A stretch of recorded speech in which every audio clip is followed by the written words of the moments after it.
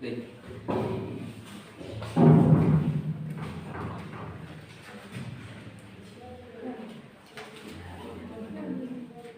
के अंदर होते हैं।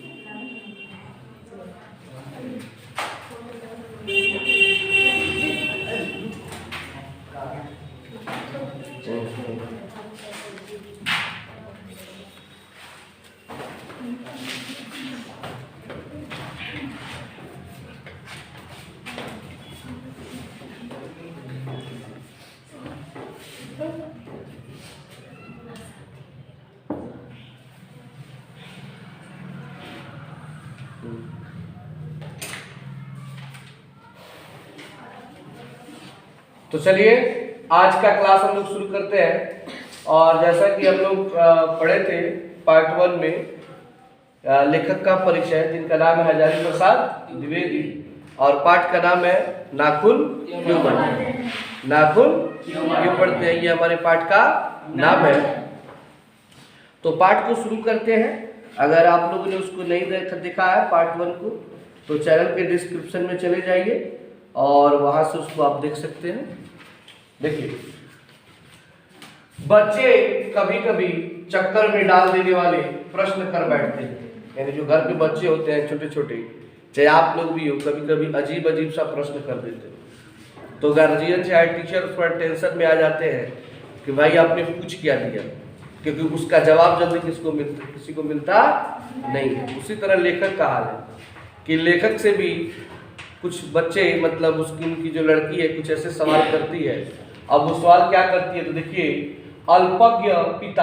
अल्पज्ञ पिता मतलब होता है कम जानने वाला पिता, कम ज्ञानी पिता।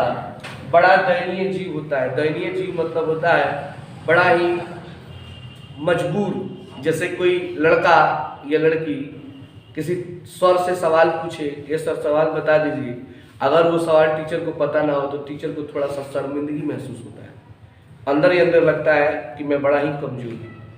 तो पिताजी की भी हाल वही होती है, माँ की भी हाल वही होती है। जब बच्चे सवाल करते हैं और माँ बाप उसका जवाब नहीं दे पाते हैं, तो वो भी बड़ा क्या होते हैं, मजबूर होते हैं, उदास हो जाते हैं इस चीज़ को लेकर। मेरी छोटी लड़की ने जब उस दिन पूछ दिया कि आदमी के नाखून क्यों बढ़ते हैं, तो मैं कुछ सोच ही नहीं सका। लेखक कहते हैं कि जब मेरी लड़की ने, छोटी लड़की ने क्या पूछा था कि नाखून क्यों बढ़ते, तो उस दिन क्या हुआ कि मुझे अजीब लगा था कि मैं उसका आंसर नहीं दे पाया, उसका जवाब नहीं दे पाया। मैं सोचते रह गया कि इसका जवाब क्या हो। हर तीसरे दिन नाखून बढ़ जाते हैं, सही बात है। आप लोग नाखून काटे, लेकिन 3 दिन के बाद देखिए, 3 से 4 दिन के बाद आपका नाखून बढ़ जाएगा। और इस बात को कहने पे हमको लग रहा है सब कोई थोड़ा थोड़ा अपना नाखून की देखिए लिया होगा अभी तक, क्योंकि जब ये चैप्टर का पढ़ाई हो, हम लोग अपना नाखून की ना देखे, ऐसा हो ही नहीं सकता है।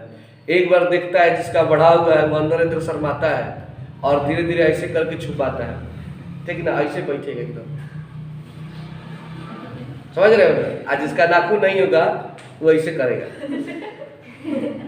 ताकि दिखाना चाहेगा कि हमारा नाखून बढ़ा हुआ, क्योंकि इस चैप्टर में उसी की बढ़ाई है जिसका नाखून नहीं बढ़ा हुआ।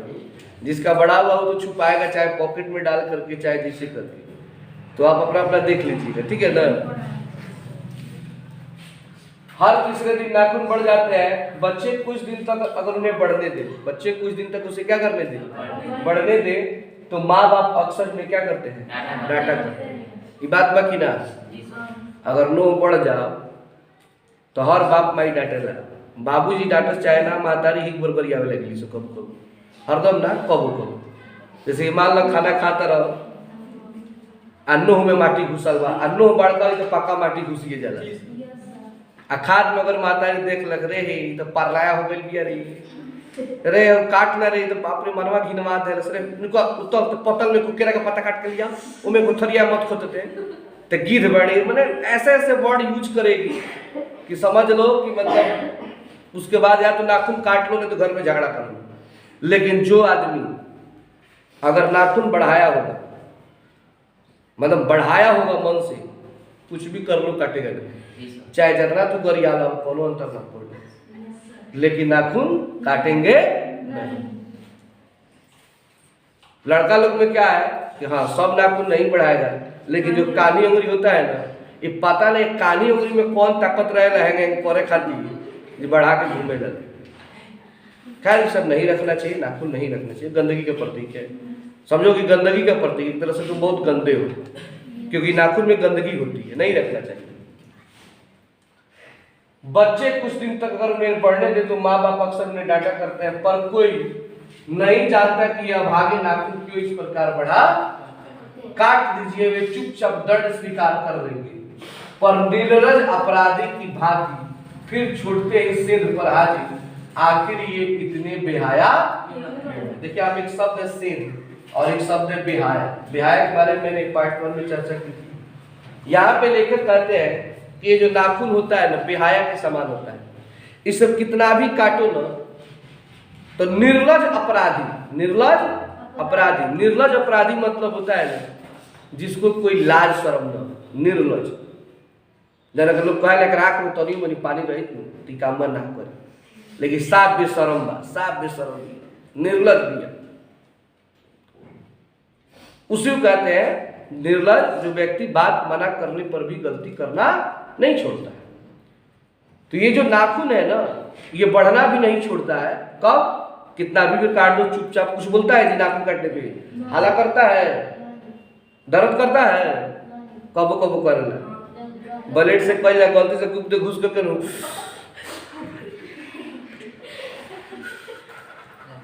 ओकरा बाद कोई दिन ले समझ जा कि नो डिजाइने में रहेला, वो नो से कोनो काम ना हो, एकदम आराम से रख के कि गलती से कोनो पर मार देले से समझ जाओ कि इतना मार खतरनाक हो जाएगा वहां पे। क्योंकि होता है कभी कभी वो ब्लेड से जो काटा जाता है ना, उसमें घुस जाता है अंदर जो जीवित नाखून है, समझ रहे हो, तो दर्द करता है। तो निर्लज अपराधी की तरह ये जो नाखून है वो क्या होते हैं, खड़े रहते हैं, कटवाते हैं, लेकिन फिर 2 से 3 दिन के बाद अपने सेंध पर हाजिर। सेंध पर हाजिर मतलब कि फिर से बेशरम की तरह से दिख जाएंगे, हम आ गए फिर हमरा के काट, हम आ गए फिर हमरा के काट। आखिर ये बेहाया क्यों है, ये समझ में नहीं आता लेखक को, ये बेहाया क्यों है। जैसे कि गार्जियन है कोई, उसका बच्चा है, ये बार बार इसको क्या कर रहे हैं, डांट रहे हैं, लेकिन ये बार बार वही गलती कर रहे हैं। देख रहे हो, गुस्सा आता है जब कोई गलती करे। आप ही लोग कोई गलती करते होंगे, एक गलती को बार बार करेंगे कहीं पर भी, टीचर के सामने चाहे अपने गार्जियन के सामने, तो गुस्सा आता है, आदमी डांटता है, पीटता है, कभी उठा कर पटकियों देता है, किस बढ़ता है, ठीक है ना। तो उसी को बेहाया बोलते हैं। आगे है, कुछ लाख ही वर्षों की बात है जब मनुष्य जंगली था। आप लोग को पता है ना, हम लोग पहले आदि मानव थे, हमारे पूर्वज कैसे थे, और हम लोग जंगल में रहते थे। कहाँ रहते थे? आज की तरह घर ये सब नहीं होता था, बस एक ही उद्देश्य था, भोजन मिल जाए, और वो भी भोजन पका हो चाहे ना हो, उससे कोई मतलब नहीं था। बस कहीं से कुछ मिल जाए, फल मिल जाए, मांस मिल जाए, कुछ भी मिल जाए, लोग खा लेते थे। कपड़ा का कोई टेंशन था नहीं, कपड़ा तो पहनना था नहीं, ये सब कुछ पता ही नहीं था। दुनिया में और भी चीज होता है, उनको कुछ पता नहीं, बस खा के पेट भर लेना है। वो बनमानुष उनको कहा जाता है, वनों में रहते थे, बनमानुष जैसा, वन मानुष, वो मनुष्य जो वनों में रहता है। आज भी बहुत सारे लोग आदिवासी हैं जो जंगलों में रहते हैं और वही जीवन आज भी जीते हैं, लेकिन ऐसे कम लोग हैं।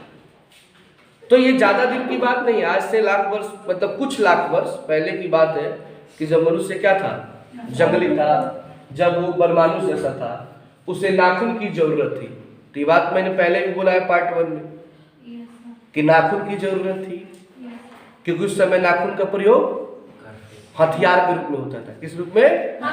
आज का हथियार है गोली बंदूक, उस समय हथियार नाखूने था।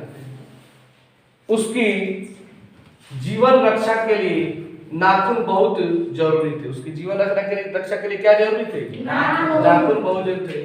असल में वही उसके अस्त्र थे। अगर सही मायने में कहा जाए तो मनुष्य का सबसे बड़ा हथियार, अस्त्र क्या था? नाखून था। दांत भी थे, पर नाखून के बाद ही उनका स्थान था। आदमी दांतों का प्रयोग करे कथी में?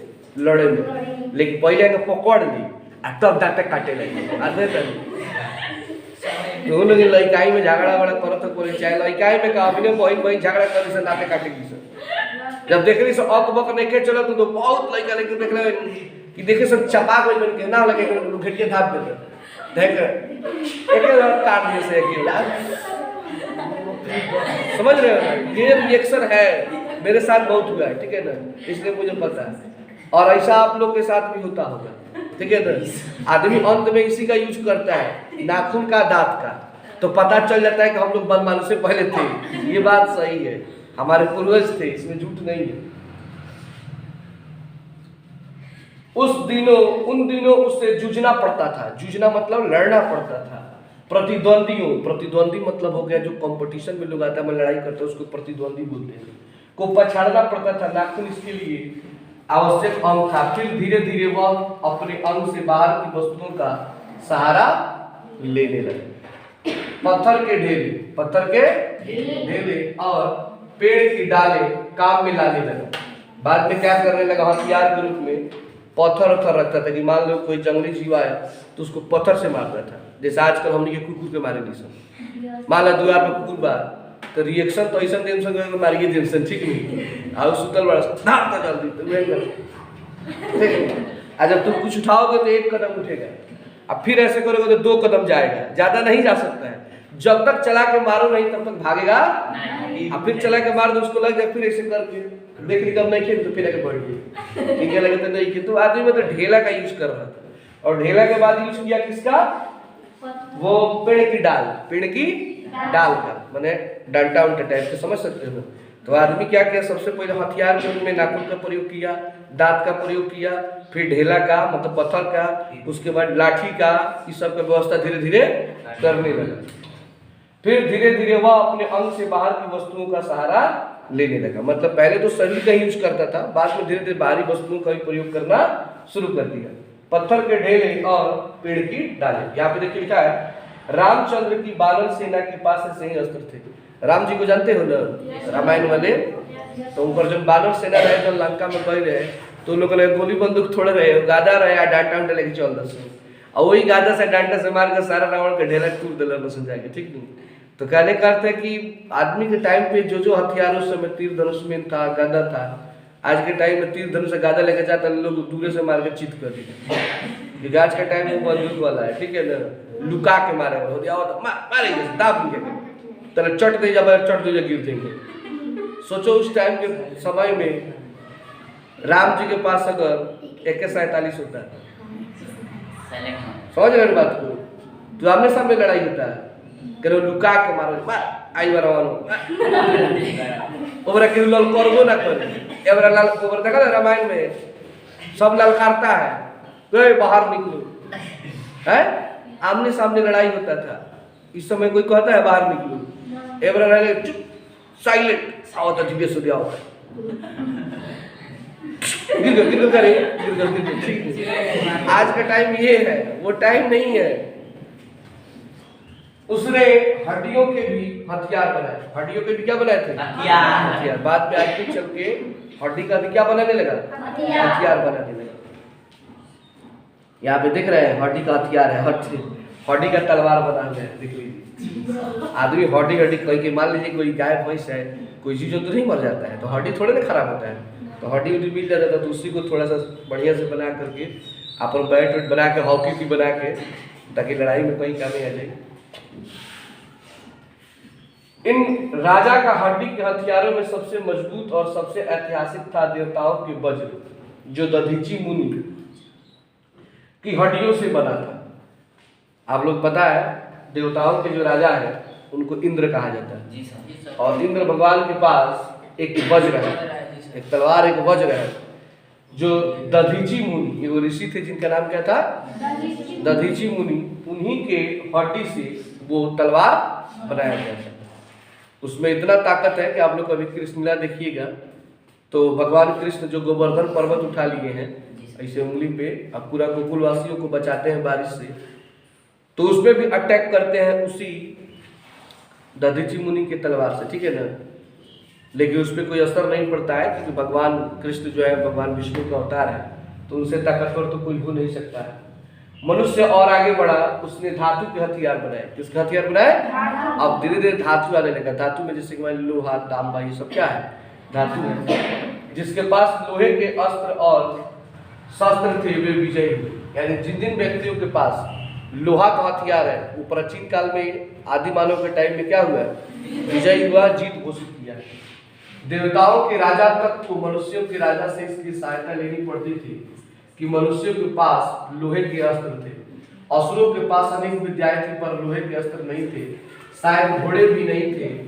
आर्यों के पास ये दोनों चीजें थी। आर्य विजयी हुए, फिर इतिहास अपनी गति से बढ़ता गया। नाग हारे, सुपर्ण हारे, यक्ष हारे, गंधर्व हारे, असुर हारे, राक्षस हारे। लोहे के अस्त्रों ने बाजी मारनी, इतिहास और आगे बढ़ा। मतलब क्या हुआ कि सबसे पहले जब लोहा आया ना, तो लोहा का हथियार केवल मनुष्य के पास था। किसके पास था? ना तो देवता के पास था, ना राक्षसों के पास था।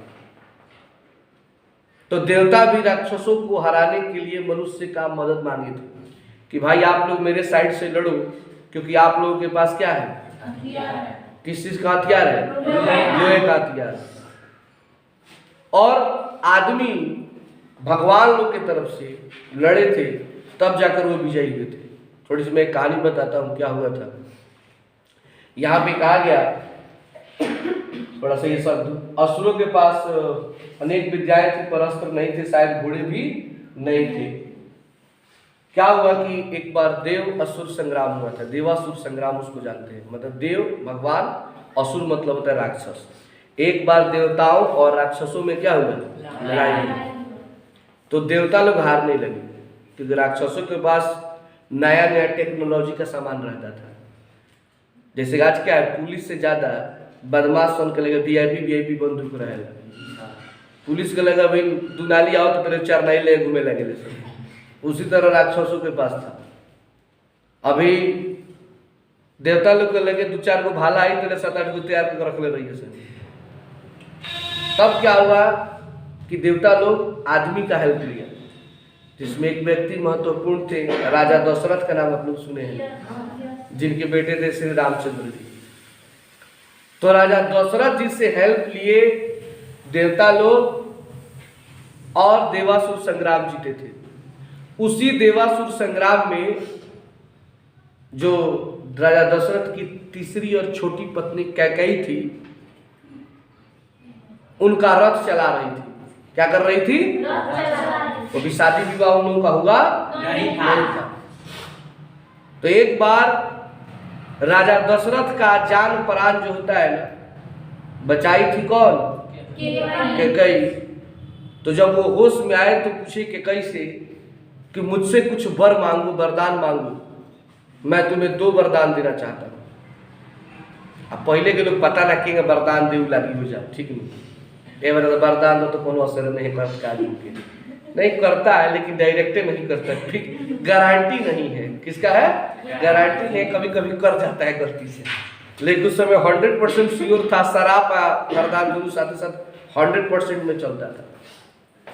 तो वो बोली कि ठीक है, समय आने पे मैं आपसे मांग लूंगी, अभी मुझे किसी चीज की आवश्यकता नहीं है। राजा खुश थे, दे दिए। बोला क्या मांगे, कुछ मांग लेंगे हल्का फुल्का। और वही भविष्य देखे, जब उनसे उनका विवाह हुआ और राम जी को गद्दी मिलने वाला था तो दिमाग घूम गया। और वही 2 वरदान जो वो शायद भूल गई थी, रानी कैकेयी क्या हो गई थी? भूल गई थी मांगना। उनको लगता था क्या वरदान मांगे, अब तो विवाह हो गया तो सब मेरा ही है। तो मंथरा जो है कुबड़ी, रामायण देखिएगा चीजें चलती है, वो उसको याद दिलाती है कि तुमको 2 वरदान राजा बोले थे देने के लिए, वो टाइम आ गया है लेने का। तो बोली क्या? तो मांग लो। तो राजा दशरथ को बुला करके बोली कि आप मेरा 2 वरदान दे दीजिए। और भगवान रामचंद्र का उसी समय क्या होने वाला था? राज तिलक होने वाला था। उनको राजा बनाना, मतलब राज तिलक मुकुट रखने वाले थे राजा दशरथ। तो बोले कि ठीक है, पहले आज खुशी का दिन है, मेरा बेटा पहले राजा बन जाए, मेरा सपना पूरा हो जाए, उसके बाद 2 नहीं, जितना मन करे उतना मांग लेना। वो बोली ना ना, अब चाहिए राजा बनने से, और बाद तो खेले खत्म हो जाए। बोले क्या चाहिए? तो पहला हमें चाहिए कि मेरा बेटा भरत राजा बने, मेरा बेटा भरत क्या बने, राजा। ये बात दशरथ जी को अच्छा नहीं लगा, क्योंकि वो सबसे ज्यादा राम जी को ही ज्यादा मानते थे। ऐसा नहीं कि अन्य बेटों को नहीं मानते थे, लेकिन बड़ा बेटा जो होता है पिता के लिए बड़ा लगाव वाला बेटा होता है, उनसे बड़ा लगाव होता है पिता को, क्योंकि उम्मीद भी बहुत ज्यादा होता है। तो बोले कि ये तो सही बात नहीं है, लेकिन वचन मैंने दिया है तो ठीक है, भरत को ही मैं क्या बनाऊंगा, राजा। क्योंकि नियम नहीं होता है ना, राजाओं के टाइम में नियम था जो बड़ा बेटा है वही क्या बनता था, राजा बनता था। लेकिन दूसरा वरदान उसने मांगा कि नहीं, इतना ही भी मैं नहीं रुकने वाली है। वो जो राम है ना, उसको 14 वर्ष का वनवास कर दीजिए। कितने वर्ष का, 14 वर्ष घर से निकाल दीजिए। और वही पे राजा दशरथ सुनते फट से बेहोश हो गए, दांत लग गया, री को मांग देलस रे, ठीक रहो राजा बन जाए, कोनो दिक्कत नहीं, कोनो बेटा हमारा राजा रही, सब बेटा अपना बड़ भाई के राम को माने ले सब। लेकिन हर घर सब निकाले वाला बात कहाँ से आ गई? तो बोले बड़े नहीं हो रहा कि ये क्या कही का, इसे वापस कर लो, तुम भरत को राजा बनाओ, मुझे कोई दिक्कत नहीं है, लेकिन राम को वनवास मत भेजो। लेकिन होता है ना, विनाश काले विपरीत बुद्धि, आदमी का जब विनाश आता है तो दिमाग काम करना बंद कर देता है, वो उल्टा सीधा बोलना शुरू कर देता है। नहीं मानी, जिद पड़ रही कि नहीं हमारा चाहिए था, हमारा चाहिए, हमारा साइकिल 4000 के चाहिए तो चाहिए। जैसे कभी कभी आप लोग जिद कर देते होंगे साइकिल के लिए, अगर साइकिल ना किनाई तो हम पढ़े ना जाए, लड़की लोग लड़कन किया तो हो गई अगर मोटरसाइकिल है ना कि मतलब बुझ रही अब कोनो काम में घर में होकर गई के, तो दुइये को उपाय होला, या तो किना जाला तो 2-4 रात लतिया दिया, दोनों टाइम में काम हो जाला। तो बोली कि नहीं मुझे क्या चाहिए। राम को बुलावा भेजा गया, लेकिन दशरथ जी नहीं भेजे थे। बोली के कई बुला गया, आओ बैठे हुए थे गद्दी पे, राज तिलक मुकुट लेके सब कोई तैयार रहा है, पूजा पाठ चल रहा है, बस अब दशरथ जी का वेट हो रहा है कि भाई आते और मुकुट पहनाते। बुलावा जाता है राम के पास कि चलिए आपके पिताजी बुलाए हैं। राम एक आज्ञाकारी बेटे रहे हमेशा से, वो अपने पिता की बात को कभी टाले नहीं। बोले ठीक है, पिताजी ने बुलाया है तो चलते हैं। तो एक ऋषि मुनि बोलते हैं वहाँ पे, उनके जो राजगुरु वशिष्ठ जी हैं, वो कहते हैं नहीं आपको जाना नहीं चाहिए, आपको पहले यहीं पे रहना चाहिए। बोले नहीं पिताजी की आज्ञा है तो जाना। गए गेट के पास में आई कमन पापा जी बोलते हैं, मतलब वहीं अंदर आने के लिए आज्ञा मांगते हैं। पापा जी बेहोश गिरे हुए हैं नीचे, देखते हैं दौड़ के जाते हैं तो उठाते, अरे ये क्या हुआ है, पिताजी आपको क्या हो गया? तो वो कहते हैं कि नहीं मुझे कुछ हुआ नहीं है, बस मैं जाने वाला हूँ। कहाँ? तो ऊपर जाने वाला। काहे जाने वाले हैं? तो समस्या बगल में बैठी हुई है। तो बोलते हैं बात क्या है बताइए ना। उनके मुंह से कैसे निकले कि तुम राजगद्दी छोड़ दो और 14 वर्ष के लिए वनवास चले जाओ। तो कैकेयी कहती है दोनों बात कि मैंने ये वरदान मांगा है। सोचो कितना बुरा लगा होगा उस आदमी को, जिस आदमी को कल्पना करो किसी को कल प्रधानमंत्री बनाना है और कल उसको वनवासी बना दिया जाए, कितना बुरा उसको लगेगा। लेकिन राम की देखिए, राम की कोमलता, राम हंसने लगे, मुस्कुराए, बोले बस इतना ही। तो इसके लिए वरदान की क्या जरूरत है? माँ आप हमसे ऐसे ही कह देती, हम तो ऐसे ही चले जाते। और भरत के लिए राजगद्दी मिली तो मेरे लिए खुशी की बात है। मेरा छोटा भाई मेरे सामने राजा बनेगा, कुछ काम करेगा तो देख के मुझे खुशी होगी। यह आपने कैसे सोच लिया कि मैं आपकी बात नहीं मान सकता? पिताजी की क्या आवश्यकता थी आपको वरदान मांगने की? आप मुझसे कहती मैं तो ऐसे ही चला जाता। आप 14 वर्ष क्या पूरा जीवन बोलिए मैं चला जाऊंगा। तब भी कैकेयी को उस समय उन पर मोह माया आया नहीं। बोली ठीक है चले जाओ। बोले जाएंगे, आज ही चले जाते। तो बोली आज ही चले जाओ। दशरथ जी रोकते रह गए, मत जाओ मत जाओ, इसकी बात मत मानो, भले मेरा वचन टूट जाए जो आज तक नहीं हुआ है, लेकिन टूट जाए राम तुम जाओ, मैं तुम्हारे बिना मर जाऊंगा। राम कहते नहीं, वचन की बात है, पिताजी जाना है और माँ की आज्ञा है। वो निकलते हैं, साथ में सीता जी भी जाती है, लक्ष्मण जी भी जाते हैं, बहुत बड़ी कहानी हो जाएगी। अंत में एक बात यही है कि व्यक्ति को खुश होकर किसी को ना कभी कुछ देना नहीं चाहिए। एक बात को हमेशा याद रखिएगा, कभी भी किसी पर बहुत खुश होइएगा ना तो अपना कोई सामान मत दे दीजिए, उस समय आप गलत कर रहे हैं। खुश होकर किसी को कुछ दिया नहीं जाता है। जब जब दुनिया में लोगों ने खुश होकर किसी को कुछ दिया है ना, वो हमेशा फंसे हुए हैं, कहीं ना कहीं जाकर उनका रास्ता गाड़ी घबरा जाता है। जैसे होता क्या है कि पति अपनी पत्नी से खुश है तो कहता है क्या चाहिए तरफ बोलो, सीधे घर से 1.5 लाख रुपया दे रहे थे कि नहीं, तो कहना अच्छा भीख मंगे बना देंगे कि। तो ज्यादा खुश होकर कुछ देना। और एक और बात याद रखना है, ज्यादा दुखी होइए तभी किसी को मत दीजिए, कुछ समय आदमी खराबी चीज देता है, समझ रहे हो। तो दोनों टाइम में कुछ देने वाला बात नहीं, नॉर्मल रहना चाहिए। तो रामचंद्र की यहाँ उसी की बात कह रहा है कि उसी देवासुर संग्राम में आदमी के पास तलवार था और लोहा का हथियार था, तब जाकर जीते थे कौन? देवता लोग, और राक्षस क्या हो गए थे, उसी की ये चर्चा की है, ठीक है ना।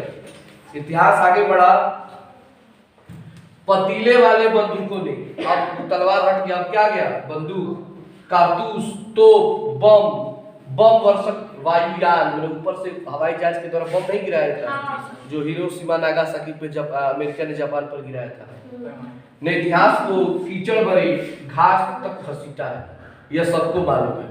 नकधर मनुष्य, नकधर मतलब नाखून धारण करने वाला मनुष्य, एटम बम पर भरोसा करके, किस पर भरोसा करके? एटम बम, परमाणु बम, उसी की बात हो रही है जो नागासाकी और हिरोशिमा का चैप्टर आप लोग का हिंदी में मैंने वीडियो डाला है, आगे कविता में है।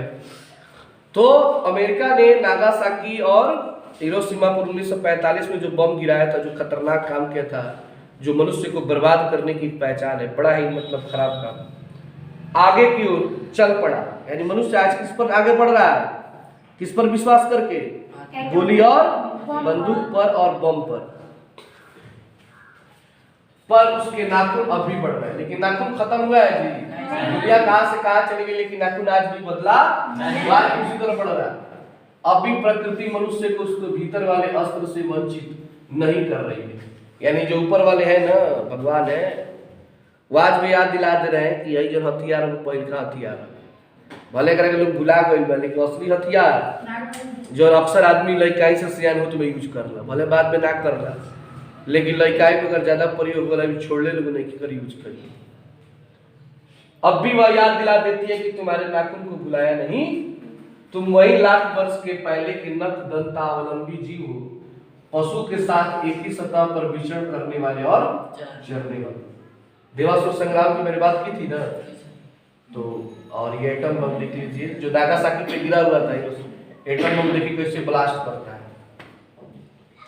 तब क्या, मैं हैरान होकर सोचता हूँ कि मनुष्य आज अपने बच्चों को नाखून न काटने के लिए डांटता है। आज मनुष्य डांटता है ना कि नाखून तुम लोगों को नहीं रखना चाहिए। हर घर में आप किसी भी फैमिली से हो, सभी घर के गार्जियन इस चीज के लिए डांटते हैं आपको कि आपको नाखून नहीं रखना चाहिए। किसी दिन कुछ थोड़े लाख वर्ष पूर्व वह अपने बच्चों को नाखून नष्ट करने पर डांटता रहा, लेकिन कुछ समय पहले ऐसा होगा कि मनुष्य अपने बच्चों को डांटता होगा कि तुम्हें नाखून नहीं काटना है, यही तुम्हारा हथियार है। लेकिन आज समय क्या हो चुका है, बदल चुका है। आज लोग डांटते हैं कि तुम्हें नाखून नहीं रखना चाहिए, लेकिन प्रकृति है कि अब वह अब भी नाखून को जिलाए जा रही है और मनुष्य की वह उसे काटे जा रहा है। वे कमबख्त रोज बढ़ते हैं क्योंकि वे अंधे हैं, नहीं जानते कि मनुष्य को इससे कोटि कोटि मतलब करोड़ों करोड़ गुना शक्तिशाली अस्त्र मिल चुका है। मैंने नो कभी पता नहीं है कि हमने क्वेश्चन हथियार हो गई बेटे, कर लगा था ना यही सब आदमी काम चला होता। अरे तार काम डाउन बा, अब लोग नहीं चाह, लेकिन फिर भी मार्केट में अवेलेबल बा अभी, काहे कि कंपनी में तो बंद ना हुई का दिन के। मुझे ऐसा लगता है कि मनुष्य अब नाखून को नहीं चाहता, उसके भीतर बर्बर युग का कोई अवशेष नहीं रह जाए। बर्बर मतलब होता है कि बॉयल या कह सकते हो राक्षस प्रवृत्ति। उसे यह असहाय है, लेकिन यह भी कैसे कह नाखून काटने से क्या होता है। मनुष्य की बर्बरता घटी कहाँ है, वह तो बढ़ती ही जा रही है। मनुष्य के इतिहास में हिरोशिमा का हत्याकांड बार बार थोड़े ही हुआ है। हिरोशिमा का नाम आ गया ना, यह तो उसका नवीनतम रूप है। लेकिन देखा जाए तो नाखून कुछ हद तक ठीक था, क्योंकि ये किसी को ज्यादा नुकसान नहीं करता था। लेकिन आज का जो ये परमाणु बम बन रहा है, ये तो समझ लीजिए कि एक पूरी जाति का नाश कर देता है, पूरे समूह का कई वर्षों के लिए क्या कर देता है, नाश कर देता है। यह तो उसका नवीनतम रूप है। मैं मनुष्य के नाखून की ओर देखता हूं तो कभी कभी निराश हो जाता हूं। यह उसकी भयंकर पाशवी प्रवृत्ति के जीवंत प्रतीक है। लेखक कहते हैं कि केहू केहू के जब हम नाखून देखी लें तो लगे कि वो अभिनव धरती पर आदमी के रूप में गायब हो शरण तरीसन, लेकिन निकलेगा तनियो मनी सेंस नहीं थे कि नाखून ना रख के चाहिए, क्योंकि आज के समय में नाखून रखना पशु की निशानी है। मनुष्य की पशुता को जितनी बार भी काट दो वह मरना नहीं जाए। ये नाखून कभी मरती है जी? आप कितना भी पर काट रहे हैं, बचपन से खत्म हुआ है? कितना कितना नाखून बढ़ के निकल गया। अगर सोचिए बचपन से लेकर आज तक आप नाखून नहीं काटे होते तो आपका मान लो उंगली यहाँ पे है तो नाखून यहाँ पे होता है, एक हाथ का नाखून हुआ होता है, हैंग चलता लगे एकदम, जहाँ जेता लोग बटोर चलता लगे बात नहीं, क्योंकि गलती से हैंग गले लगाते तो पीछ फाड़ देते नहीं। तो कहने का अर्थ है कि नाखून कितना आगे बढ़ा है। कुछ हजार साल पहले मनुष्य ने नाखून को सुकुमार विनोदों के लिए उपयोग में लाना शुरू किया था। आज से 1000 साल पहले लोग नाखून रखते थे सुकुमार विनोद, माने ओकरा का अपना भाषा में कह सकत है स्टाइल है चाहे फैशन। बहुत लोग नाखून रखेला स्टाइल और फैशन। अब बहुत जगह माने बियाह शादी कोनो फंक्शन पड़ी जे लोग देखैबो करले, माने वह माने जान से थोड़े कोई हमर नाखून देखले, लेकिन आगवा इन कहले रही ताकि लोग हमर नाखूनवा देखे। जैसे ना होला कि आदमी कपड़ा जब नया नया पहन लेलन तो चाहेला कि चार आदमी एकरा के देख देख के तनी हमारे बारे में चर्चा करे, तो बार बार आगवा जाए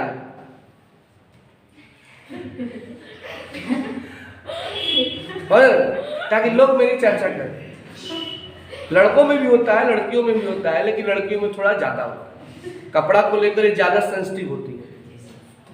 जैसे नया कपड़ा पहन लेंगे तो द्वार पर बार बार जाएंगे, ब्याह शादी पड़ल बा, तिलक आइल बा द्वार पर, द्वारा बार बार जाइए सब काहेला इ नहीं कोनो काम होई, खाली कपड़वा हमर लोग देख देख के चर्चा कर कि 2500 के कपड़ा पहनले, कितना के पहनले बानी 2500 के कपड़ा पहनले, बड़ा मजा आता है।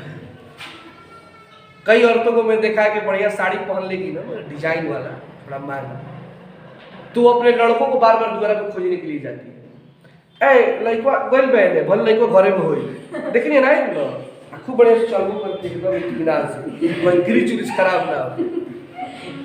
गांव के जो बूढ़ा लोग होता है ना खतरनाक होता है, सतो खोजत रहे कौन घर के ये होई फलानवा का पतो ही ठीक भी है, नहीं रोहन ठीक नहीं खेला करते कि 20 चक्कर मरले भी है, 20 बेर लइको पूछले भी कर लइको देखत खेलता आंखी से देखत है लेकिन मानत नहीं थे।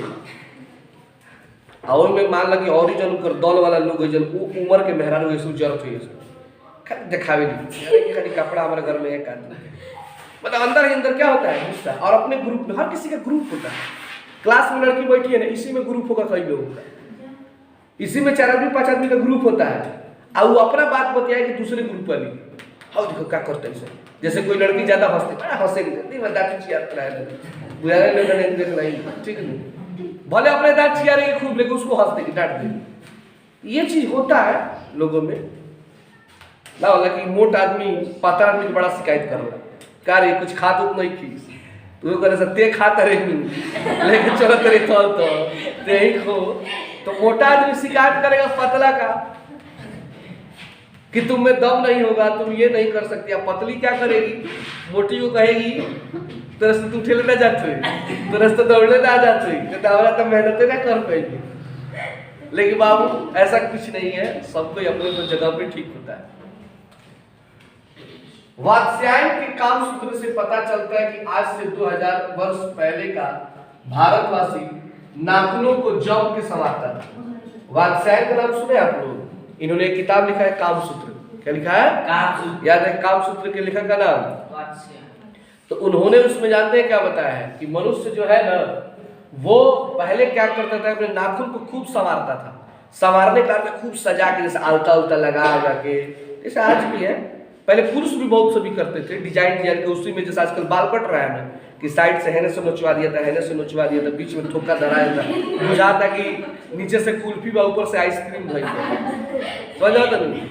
धीर जन बाड़ी सन तो राय में रहा तरी से, जब गर्मी होती तो हवा खा के तो गर्मी निकला तरी से, पार्क में घूम घाम के फिर में घुस जाता समझ रहे हैं।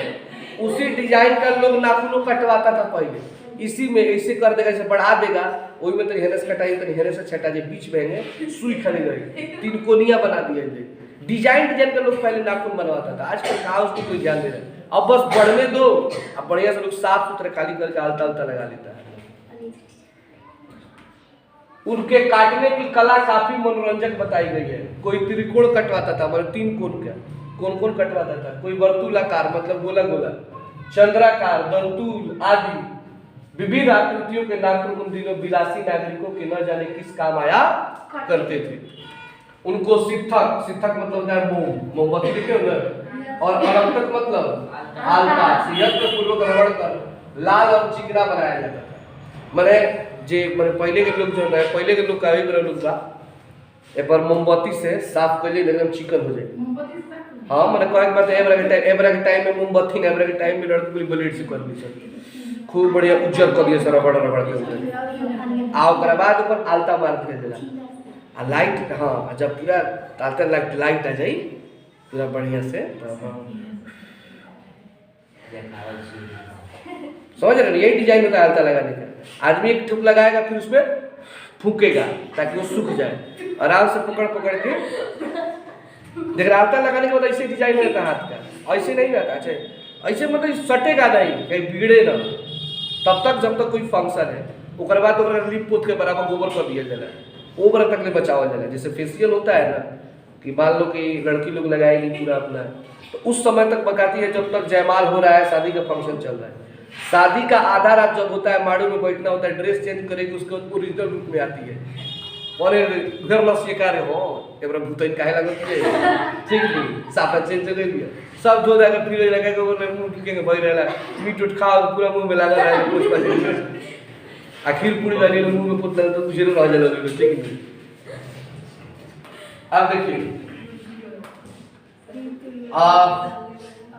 गौड़ देश के लोग उन दिनों बड़े बड़े नखों को पसंद करते थे और दक्षिण के लोग छोटे नखों को। मतलब पहले हमारे क्षेत्र में उत्तर भारत में बड़े बड़े नाखून को लोग पसंद करते थे और दक्षिण भारत में छोटे छोटे। अपनी अपनी रुचि है देश की भी और काल वस्तुओं को भारतवर्ष की भी, लेकिन समस्त अधोगामिनी वृत्तियों को और नीचे खींचने वाली ने मनुष्य चित बना दिया है। यह बात चाहूं भी तो मूल नहीं सकता। तो मतलब चाहे हर जगह के लोग हैं, अलग अलग समय में अलग अलग जगह के लोग अलग अलग डिजाइन के नाखून रखते हैं। ऐसा कोई जरूर नहीं कि जो हम बाल कटवाते हैं वही डिजाइन पूरा भारत के लोग कटवाता है। हर किसी का अपना अपना स्टाइल होता है, डिजाइन होता है। एक ही क्लास में बैठे लड़के अलग अलग डिजाइन के बाल कटवाते हैं, लड़कियां अलग अलग डिजाइन का बाल कटवाती हैं। अब नॉर्मली आप लोग पढ़ रहे हो इसलिए आप लोग उतना पता नहीं है कि आप लोग को ये सब करना चाहिए, लेकिन आप लोग भी किसी फंक्शन में जब आप लोग पर्सनली घर पे पढ़ता होगा तब थोड़ा सा दिमाग हिल जाता है का कॉल लेवे के चाहिए। लोग राय देने वाला भी खतरनाक लोग होता है, समझाने वाला भी खूब लोग समझाता है, हई करवा ले हब करवा ले, भाव नहीं बनवा को मन है ना बना देते हैं देखिए जब करा हम बनाइए आ तो बना दो, फ्री का तो बना दो, नोच नाच के उनके गौरी बाबू कर दी ठीक नहीं। अब देखिए मानव शरीर का अध्ययन करने वाले प्राणी वैज्ञानिकों का मिश्रित मत है कि मानव चित्त की भांति मानव शरीर में भी बहुत सी अभ्यास जन्य सहज वृत्तियां रह गई। दीर्घकाल मतलब होता है लंबे समय तक उनकी आवश्यकता रही है। अतएव शरीर ने अपने भीतर एक ऐसा गुण पैदा कर लिया है कि वे वृत्तियां अनायास मतलब अपने आप ही, अचानक ही और शरीर के अनजाने में भी अपने आप काम करती है। नाखून का बढ़ना और उसमें से एक है केस का बढ़ना। दूसरा दांत का दोबारा उठना, तीसरा है पलकों का गिरना, चौथा है, आप देखिए पहला है नाखून का बढ़ना, क्या है, दूसरा है केस का बढ़ना। केसों तो लगातार बढ़ता है, आदमी कटवा रहा है फिर भी वो किसी किसी का रुक जाता है हमेशा के लिए, ठीक है ना, किसी किसी का रुक जाता है, ठीक है। भगवान करे कि बाल बढ़ता रहे, लोग कटवाते रहे। नाखून ना हो तो काम चल जाएगा, बाल नहीं हो तो बाबू लगता है कि चांदा बाबा एकदम चिकने दिख रहे हैं, ठीक है ना, चांद देखे हो ना। तो अगर सर में बाल ना हो ना तो समझ जाओ कि गलती से ऊपर से एक ठोक बूंद भी पानी गिर जाए, चट से आवाज करता है। कैसे आवाज करता है? चट से आवाज करता है, बड़ा पाला लगता है। कैसे लगेगा? पाला लगता है। ये लड़कियों का अनुभव खत्म हो गया होगा, क्योंकि कई सालों से लड़कियां केस रखती है। ये अनुभव लड़कों को होगा क्योंकि लोग बाल छिलवाते रहता है और मजा बच्चे क्लास के खूब लेते हैं, पीछे से टिमकी बजा बजा। सोचो किसी का बाल छिलवाया गया है तो टिमकी बजा बजा के मजा ले रही है तो बात ठीक है, लेकिन किसी का बाल झड़ गया है तो जीवन भर के लिए टिमकी हो गया है, आओ बताओ उस पर मजा लो तो उसको बुरा लगेगा, नहीं लेना चाहिए। समझ रहे हो ना? किसी का मजाक नहीं उड़ाया कि बाल झड़ जाता है। तो केस का बढ़ना, दांत का दोबारा उठना। आप लोग सुने हैं कि एक दांत होता है जो टूट जाता है, कौन दांत बोलते हैं उसको? दूधा दांत, फिर बाद में जमता है। पलकों का गिरना, ये काम कभी रुका है? नहीं सर। आपका पलक ये कभी रुक सकता है? आप कुछ भी कर लीजिए, बार बार ये नीचे ऊपर होते रहता है, दांत बढ़ते रहता है, केस बढ़ते रहता है, नाखून बढ़ते रहता है। तो बाबू जो जो ओरिजिनल दो चीज तो नहीं खत्म होता है, नाखून का बढ़ना और पलक का गिरना, लेकिन दांत का जो बढ़ना एक दिन खत्म हो जाएगा, दांत सब गायब हो जाएगा, उसके बाद खाली बैठ के चबुला हो जाएगा। अभी क्या है कि आप खाना खा रहे हो ना, अभी खाना खा रहे हो तो उसका डिजाइन ऐसे खा रहा है, लेकिन जब वही आदमी का दांत चढ़ जाएगा ना तो देखना बाबा वालों का जो दांत चढ़ जाता है वो लोग कुछ भी लेंगे तो ऐसे करते, चबुलाते को। समझ रहे ना? ये डिजाइन होता है दांत गिरने का, लेकिन पलक गिरना और ये नाखून बढ़ना कभी खत्म नहीं होगा। और असल में सहजात वृत्तियां, अनजान स्मृतियों को ही कहते हैं। हमारी भाषा में इसके उदाहरण मिलते हैं। अगर आदमी अपने शरीर की, मन की और वाक की, वाक मतलब बोली, वाक की अनायास घटने वाली वृत्तियों के विषय में विचार करे तो उसे अपनी वास्तविक प्रवृत्ति पहचानने में बहुत सहायता मिले। पर कौन सोचता है? सोचना तो क्या, इसे इतना भी नहीं पता चलता कि उसके भीतर नख बढ़ा लेने की जो सहजात वृत्ति है वह उसके पशुत्व का प्रमाण है। उन्हें काटने की जो प्रवृत्ति है वह उसकी मनुष्यता की निशानी है, और यद्यपि पशुत्व के चिन्ह और उसके भीतर रह गए हैं पर वह पशुत्व को छूट चुका है। पशु बनकर वह आगे नहीं बढ़ सकता, उसे कोई और रास्ता खोजना चाहिए। अस्त्र बढ़ाने की प्रवृत्ति मनुष्य की विरोधनी है।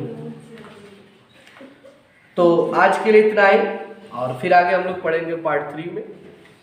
तो उम्मीद है कि आप लोग अच्छे से समझ पाए होंगे। थोड़ा सा चैप्टर ये बोरिंग टाइप का होता है, बट बोरिंग नहीं है। फिर आगे क्लास में सब लोग कंप्लीट करेंगे।